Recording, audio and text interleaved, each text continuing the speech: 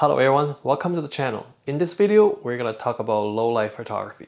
Low light photography can be tricky, challenging, but if you do it right, the result can be absolutely stunning.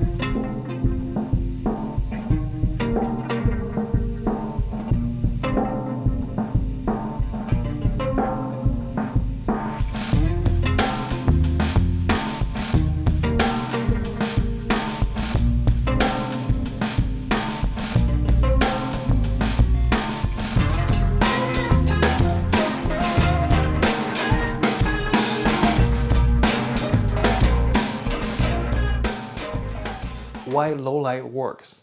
So it sounds a bit counterintuitive because we know photography is all about lighting. How can less of a light help us? Well, low light actually can work in our favor in two major ways. The first is low light will help us to naturally create a contrast. So when there's not much of a light, any tiny little amount of light will be significant. So anything under the light will be immediately stand out against the darkness. This makes us very easy to clear this clear separation between our subject and the background. So it could be either our subject is under the light and the background is in the dark, or this can be our subject under the dark and the background under the light. As you can see, this natural contrast is very effective in creating this striking and powerful, impactful image. And it compared with the digitally enhanced contrast in the using post-editing software, this way of building the contrast is more natural, more organic and cinematic, and it naturally helps us to direct audience attention to where we want it.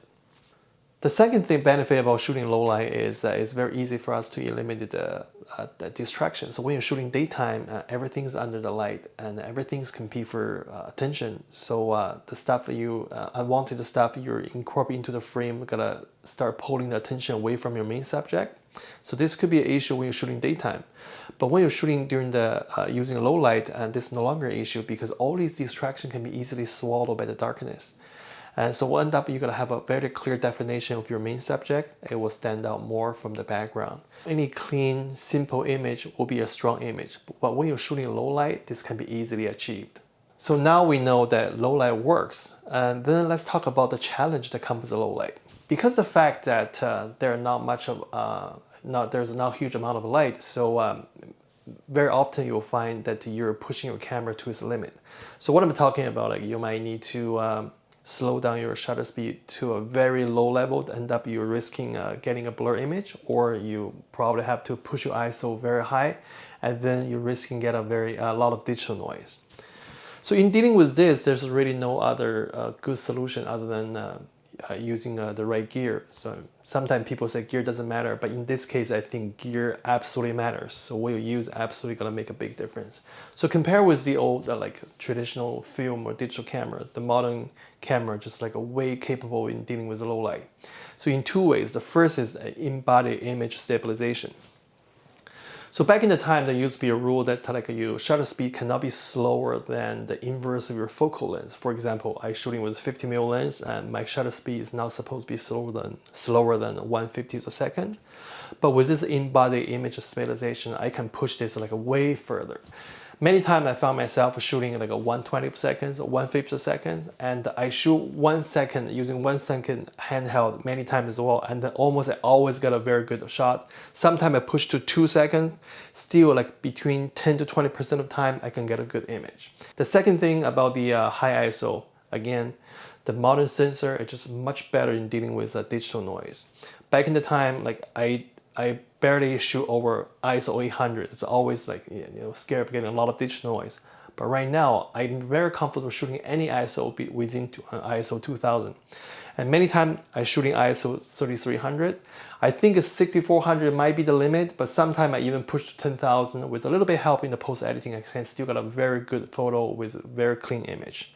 Okay, so this is a camera, and of course, like your lens gonna make a big difference, and using fast prime is almost a must. Like for me, when I'm shooting low light, like my favorite choice of lens are like a 20 f2, 30 f1.4, 40 f1.4, and the 50 f1.5.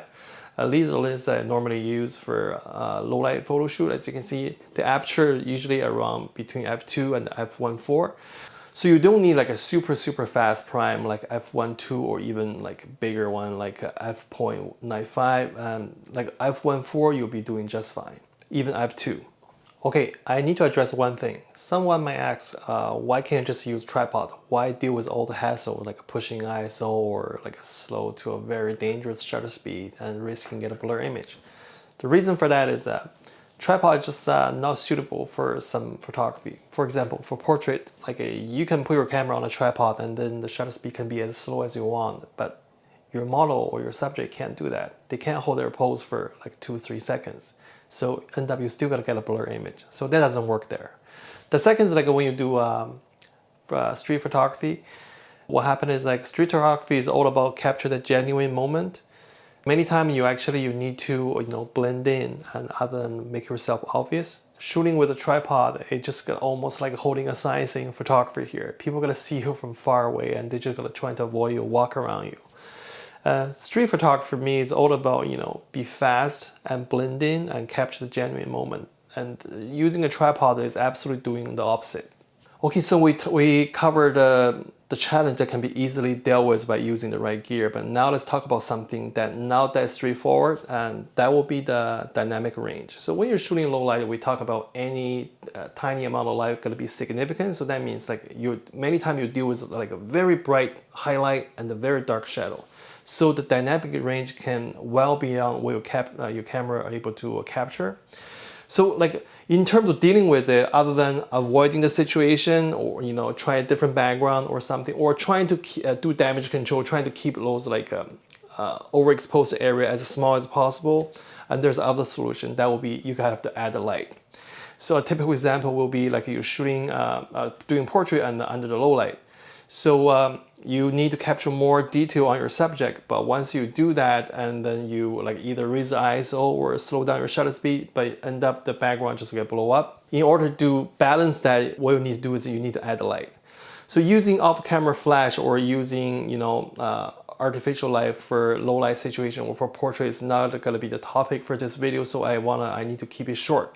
So in general, if you use artificial light, all you need to do is like you need to make sure the light is natural. What I mean natural is like the light coming from a direction that kind of feels like it's part of the ambient light. That's one thing. The second thing is that you need to place your light in an angle that make it look like that it can clearly define a range of toning on your subject. So what I mean by that is that you need to see the highlight, the mid-tone, and shadow, because with these three toning, you can clearly define the 3 dimension, so people can feel the 3D out of a 2D image. And then once you start using the artificial light, the other challenge you have to deal with is the color, which is the white balance. So when you're shooting low light, the ambience now could be all over the place. Like if it's a window light, something, it could be tungsten light, which is a 2500K. And if you basically using the sky as the ambient, then they're gonna be most likely 6000 or 7000K. And your flash always is daylight balance of 5500K. So there's a problem right there. So other than using gel, what I recommend is using LED light. LED light just like way easier, and you can easily adjust the color and then to match the ambient, so give a very natural look. That's just one benefit. The other benefit of using LED light is LED light allow you to dial the power to very low level. Unlike a flash, sometimes even if you're shooting at the lowest power, it's still way too bright compared with the dark ambient. So LED definitely is the way to go. In terms of the power, like you don't need like super bright LED, like 60 watts, 100 watt would be more than you need. Conclusion, so low light is really not a limitation, it's actually an opportunity. It helps us to eliminate distraction, build the contrast, and direct viewers' attention. With the right technique, gear, and the mindset, you can create some really powerful photos using low light. So next time when the sun is down, don't just pack your camera and leave. Keep shooting.